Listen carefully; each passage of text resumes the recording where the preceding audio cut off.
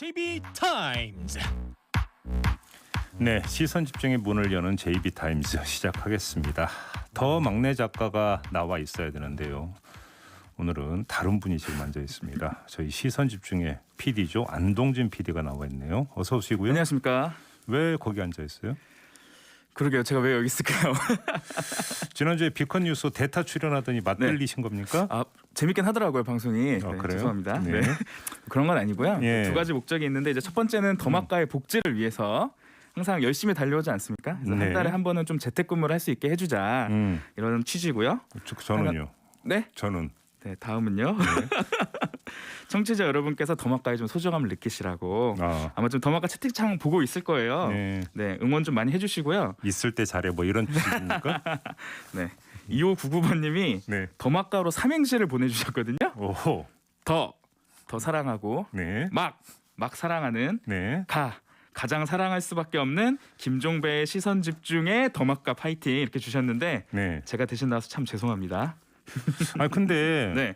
그냥 그 앞에 있다고 하는 얘기가 아니라 일단 네. 목소리 좋고 네. 딕션 좋고 네. 그냥 계속 가셔도 될 것 같은데. 아이, 제가 준비하다 어제 진짜 밤에 후회를 많이 했거든요. 왜 왜? 제가 한다고 했을까. 예. 더마카의 소중함을 너무 잘 느끼고 있어서 예. 오늘 하루만 재택근무 잘 하시고 다음 주 월요일에는 건강한 모습으로 다시 더마카를 만났으면 좋겠습니다. 그럼 이제 복지 포기하는 거고.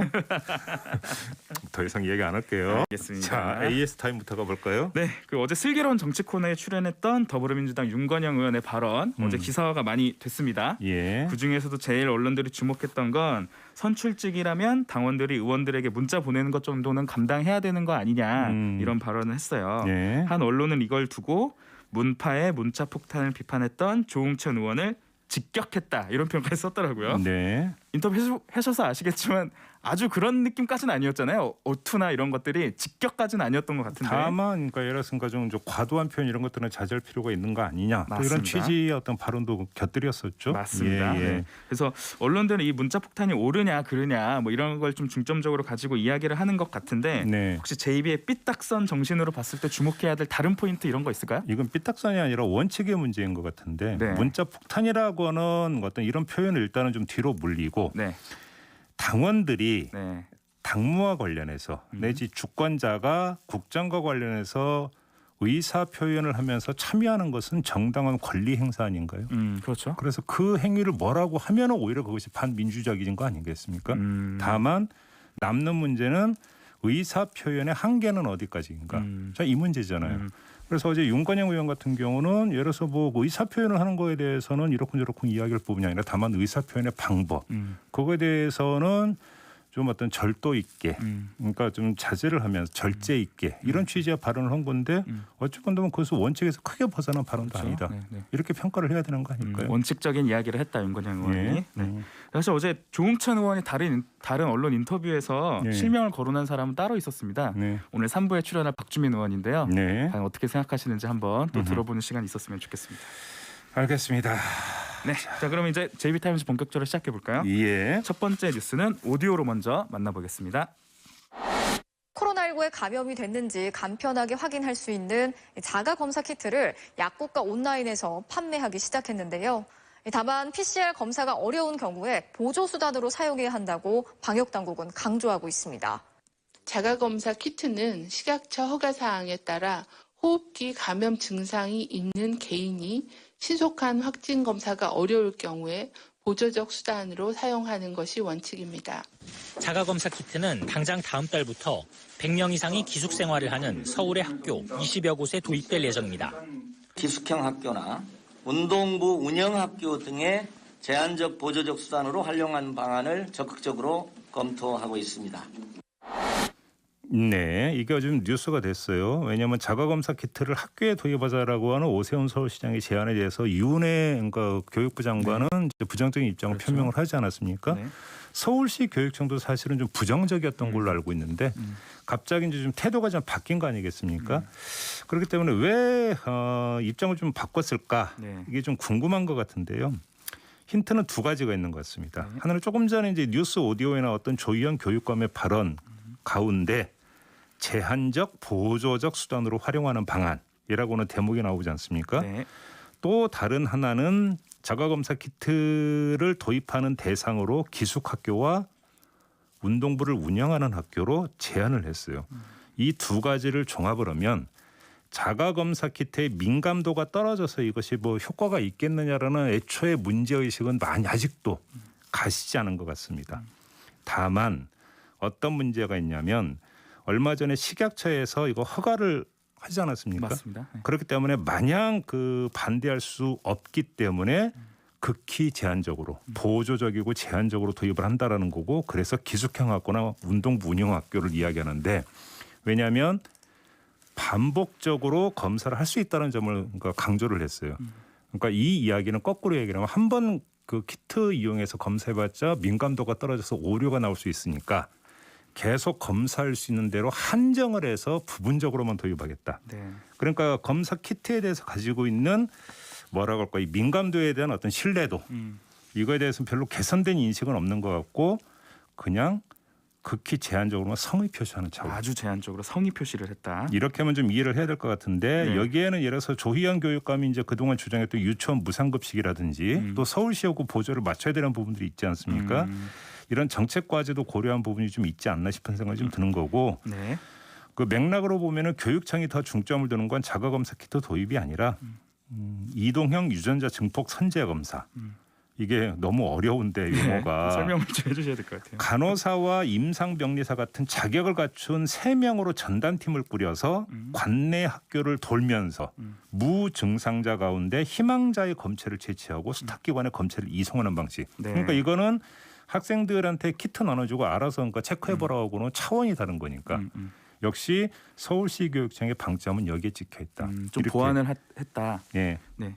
그러니까 어쨌든 서울시 교육청이라는 거는 서울시와 별개로 움직이는 부분도 있지만 서울시에 또 보조를 맞춰야 되는 부분도 있기 때문에 어쩔 수 없이 받을 수밖에 없었던 부분이 있었다. 여기에도 이제 식약처 허가가 아마 좀 결정적이지 않았을까 생각도 좀 듭니다. 네. 네. 그래서 어제 이 서울시 교육청에서 이동식 유전자 증폭 검사 기법 도입이나 이 자가 검사 키트 관련된 거를 이제 현안을 좀 설명을 좀 언론들에게 하려고 기자회견을 열었어요. 네. 2시간 대부분을 질의응답이 최근 감사원 감사로 논란이 된 해직 교사의 교직원 특별 채용 위법 의혹 네. 이거에 대부분 할애됐다고 하더라고요. 좀 조희연 교육감은 2시간 거의 내내 침묵을 지켰다고 하던데 여러모로 좀 어려운 상황인 것 같습니다. 조희연 교육감은. 그러니까요. 네. 아무튼 이제 여러 가지 이제 그 정책 결정을 하는 데 있어서 고려 요인이 많다 보니까 그러니까요. 아마 좀 그 난감한 부분이 좀 있었던 것 같습니다. 네. 이 논란은 또 어떻게 해명이 될지 좀 지켜보기로 하고요. 내호정님이 확실한 것도 아닌 키트 도대체 왜 쓰는 거야? 이런 불안한 목소리도 계속 좀 나오는 것 같은데 네. 이 불안 또 이제 사례들이 좀 나오면 또 이 불안하냐 정확도가 어떠냐 아니냐 이런 논란들이 또 있을 것 같아요. 자가진단 키트에 관한 뉴스도 계속 좀 지켜봐야 될 것 같습니다. 네. 다음 뉴스는 임대료 관련 소식이네요. 네. 코로나 직격탄을 맞은 자영업자들이 임대료 인하를 요구를 해오지 않았습니까? 네. 그러자 일부 임대인이 어떻게 했는가 꼼수로 대응했다는 사례가 어제 발표가 됐습니다. 어제 발표된 사례 몇 가지만 추려서 전해드리면 수원에서 스크린 골프장을 6년째 운영하고 있는 업주가 월 임대료가 600만 원이었다고 그래요. 이거를 좀 동결해 달라 이렇게 요구를 하자 임대인이 이 요구를 받아줬대요. 대신에 어떻게 했느냐? 관리비를 117만 원에서 144만 원으로 올려버렸다고. 그다음에 논현동의 상가 건물 임차인들이 이건 임차인 개인이 아니라 임차인들이 힘을 모아서 임대료 인하를 요구를 했대요. 네. 그러자 임대인은 이를 거절했고요. 그러니까 임대료가 이제 연체가 되지 않았겠습니까? 그러니까 어떻게 했느냐? 건물 물탱크가 고장이 나서 수도가 끊겼는데도 그냥 놔뒀고 전기가 나가도 그냥 놔뒀고 장사하지 그냥? 말라는 거네요. 그렇죠. 이런 식으로 했다 그러고 하나만 더 전북 정읍에서 전통 찻집을 운영하는 그 이 사장님이 불법 건축물인 줄 모르고 들어와서 장사를 했다고 그래요. 그러자 이제 임대료 협상이 결렬이 됐는데 그러자 임대인이 그제서야 뭐라고 했냐면 불법 건축물에서 영업한다면서 나가라. 아 그때서야. 임대인이 임대를 해준 사람이 이미 이렇게 알고 있었던 거네요, 자기는. 그러니까 건물주가 이랬어 버렸으니까. 그러니까 이게 시민단체 주최로 열린 코로나19 상가 임대료 피해 사례 발표 좌담회에서 쏟아진 사례 가운데 일부인데 아주 일부죠. 그렇죠. 한마디로 이제 꼼수가 판을 치고 있는 거 아니겠습니까? 네. 양심의 털난 케이스라고 봐야 되는데 문제는 이 털을 깎아도 또 난다라는 겁니다. 이게 무슨 말이냐? 이게 코로나에 따른 일시적 현상에서 불거진 문제만은 아니라는 거죠. 상가 임대차 보호법이 있지만 이번에 드러난 꼼수가 뭐겠습니까? 임대료 인상이 5%니 묶이는 거 아니겠습니까? 네. 그러니까 관리비를 올리는 우회로를 통해서 어떻게든 돈은 받아냈다. 그렇죠. 네. 그러니까 이 탐욕의 꼼수는 미꾸라지 같아서 아무리 움켜쥐어도 이리저리 빠져나간다라고 하는 것들을 보여준 사례인데 이거에 대한 추가 대책이 좀 필요하다는 점을 좀 말씀을 드리겠고요. 네. 조금만 방향을 돌려서 하나만 더 얘기를 하겠는데 자 손실보상을 해달라고 그러니까 이전의 영업제한 조치 모두에 적용해달라라는 요구 이거를 재난지원금으로 퉁치자는 거는 그럼 또 뭐가 그렇게 다르냐라는 말을 한번 던져보고 싶고요. 네. 그다음에 손실보상제 소급 적용 도입한다고 해놓고 처리한다고 해놓고 상대당 핑계대면서 입법 약속 어기는 행태 지금 계속 진행 중이죠. 네. 이건 그러면 임대들의 꼼수하고 도대체 뭐가 다르냐 저는 한번 물어보고 싶은데 정의당이 어제 손실보상법 이제 원래 29일 본회의 처리를 요구를 해왔는데 이게 물 건너가니까 네. 비상행동에 돌입을 했습니다. 유호정 의원이 농성을 시작했다는 소식도 함께 전해드리겠고요. 네. 24시간 농성을 시작했더라고요. 예. 유호정 의원이 그 농성에 나서면서 인터뷰를 언론들이랑 했는데 미스터리다 그렇죠. 이런 이야기를 했습니다. 여도 분명 그러니까요. 여당도 제1야당도 밖에서는 꼭 처리하겠다 찬성이다 이렇게 얘기를 하는데 네. 왜 대체 국회만 들어오면 다들 일을 안 하시는지 모르겠다 답답하다 이런 얘기를 했더라고요. 네. 그러니까 그게 페이크라는 거죠. 밖에 페이크. 대고 하는 얘기가 페이크니까 그랬다라고밖에는 볼 수가 없는 거 아니겠습니까? 결과적으로 놓고 본다면 그러면 그게 꼼수하고 뭐가 다르냐라는 얘기를 그래서 제가 대신 그러니까 지금 전하는 거죠. 정부는 계속 정부가 좀 반대해서 계속 우리도 좀 어렵다 이런 얘기를 계속 하잖아요. 네. 정부 여당은 네. 여당은 네. 네. 그러니까 문제는 이제 정부에 휘둘리는 여당 이런 이야기가 되는 거죠. 그러니까 지금 얘기는 입법을 하라는 거잖아요. 네. 근데 정부가 허락 안 하면 입법 지금 못 한다는 얘기가 되는 겁니까? 그러면 입법부는 행정부 밑에 있는 겁니까? 그럼 하고 싶은 얘기가 좀 한두 가지가 아닌데 여러 번 했기 때문에 그냥 알겠습니다. 넘어가겠습니다. 삼권 분립이 있는 나라입니다. 저희 네. 나라는. 근데 이제 임대인이 봉이냐 이런 반론이 좀 있을 수도 있을 것 같아요. 네. 네, 그래서 저희가 정부가 그래서 필요한 거 아닌가 싶은 생각도 드는데요. 네. 제가 이제 궁금해서 직접 그 좌담회를 열었던 참여연대 홈페이지에 들어가서 좀 좌담회 자료를 직접 살펴봤더니요. 예. 캐나다에서는 임대료를 최소 75%까지 감면을 해주는데 정부가 그 임대료의 50%를 부담하고 임차인은 최대 25%만 부담하는 법도 시행을 하고 있더라고요. 그러니까요. 그래서 법 너무 좋은데 하고 우리나라에 이런 거 없나 하고 찾아봤더니 우리나라에도 비슷한 법들이 발의는 많이 돼 있어요. 처리가 안 되고 처리가 안 되고 있습니다. 그러니까요. 네, 우리 뭐 그러니까 발의한 국회의원은 열심히 이제 립 서비스는 하고 그러니까요. 자신의 어떤 이제 인지도는 올려놓고 그러니까요. 처리는 뭐 세워라 내워라 네. 뭐 이렇게 되는 거 아닙니까? 패턴이죠, 패턴. 어제 통과된 이해충돌 방지법도 8년 만에 통과됐다고 하니까요. 그러니까요. 손실보상제 이거 소급 적용하는 입법 얘기도 지금 뭐 거의 비슷한 패턴으로 가고 있는 거 아닙니까? 그러니까요. 네, 제가 너무 삐딱한가요? 아니면 현실을 직시하고 있는 겁니까? 현실을 직시하고 있다고 저는 생각합니다. 넘어갑시다. 댓글로 주주삼방님이 네. 의원들이 건물주가 많아서 그런 건 아닐지 좀 예, 주셨습니다. 예. 저희는 잘 모르겠어요. 네. 네, JB타임즈 다음 뉴스는 일본 소식이네요. 일본 요미우리 신문이 보도를 했는데요. 네. 일본 정부가 27일에 가기를 열어서 종군 위안부라는 용어를 쓰는 건 오해를 부를 우려가 있다면서 그 단순히 위안부라는 용어를 쓰는 게 적절하다고 결정을 내렸다고 합니다. 이 소식이 전해지자 우리 외교부의 최영삼 대변인이 브리핑을 하면서 네. 유감의 뜻을 표명을 했다고 그래요. 일본군 위안부의 동원, 모집, 이송의 강제성은 부정할 수 없는 역사적 사실이라고 강조를 했다고도 하고요. 네. 일본이 종군을 뺀 특별한 이유가 있을까요? 대한민국에서 유행했던 말이 있었죠. 주어가 없다. 그분 그러니까 생각나네요. 네, 일본 정부의 행태가 딱 이런 거죠. 위안부의 존재는 인정하지만 일본군에 의한 존재는 아니었다라는 점을 강조하기 위한 것. 이거 아니겠습니까? 종군을 빼버리면 이렇게 되는 거잖아요. 그러면 자발적인 것 내지 비즈니스 차원 뭐 이런 식으로 이제 몰아갈 수가 있는 거니까. 네. 결국은 그러니까 일본 제국주의에 의한 일본군의 의한이라고 하는 주체의 문제를 싹 빼버리는 것이 되는 거죠. 주어를 빼는 행위는 책임을 면하기 위함이고 그렇죠. 책임을 면하고자 하는 시도는 양심이 없음을 보여주는 행위가 되는 거니까 양심을 팔아먹었다 이렇게 얘기할 수밖에 없을 것 같습니다. 이건 뭐 양심의 털난 나라라고 봐야 될지 앞에 걸 이어가서. 양심의 털난 경우는 그래도 양심은 있다는 얘기고요. 이건 양심이 아예 없는 거죠. 그렇게 봐야 되는 거 아니겠습니까? 그렇습니다. 사실 네. 우리나라도 종군이라는 표현을 쓰지는 않잖아요. 일본군 위안부라고 그러죠. 그렇죠. 그것도 다른 이유가 있다고 그러더라고요. 오히려 그게 더 적확한 거죠. 종군이 되어버리면 그 군이 누가 되는 건지가 또 여기서 약간은 모호해지는 건데 일본군으로 박아버리는 거 아니겠습니까? 네. 근데 양심이 없는 일본의 입장에서는 야 너네도 종군이란 말 안 쓰잖아 이렇게 얘기할 수도 있을 것 같아가지고요. 참 후한무치한 사람들. 네, 그래서 일본군이라고 하는 것들을 네. 강조를 해야 되는 것이죠. 일본군 위안부. 그렇죠. 항상 강조해야겠네요. 일본군 위안부, 일본군 위안부. 중국이랑 북한도 비판을 이걸 많이 했더라고요. 네. 사실 이럴 때 북한이 찰지게 욕을 많이 하지 않습니까? 용어 선택이 참. 그러니까요. 네. 과연 주변국들의 비판에도 양심을 챙길지. 네.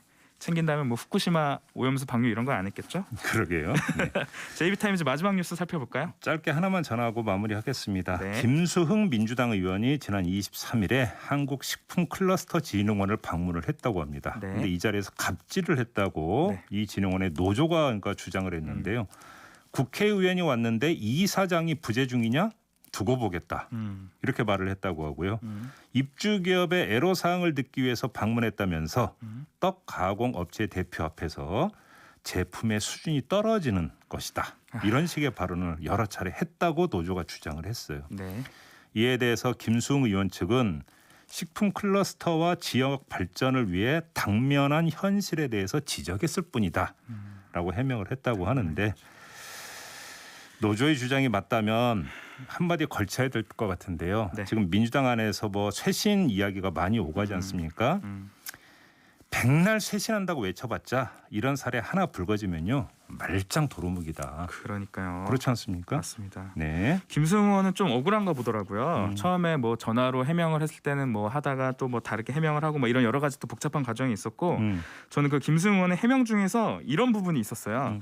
당일 간담회 토론을 녹음한 내용 전문을 공개해 주길 바라고 제 부덕이 있다면 정중히 사과하겠다 이런 표현이 들어오더라고요.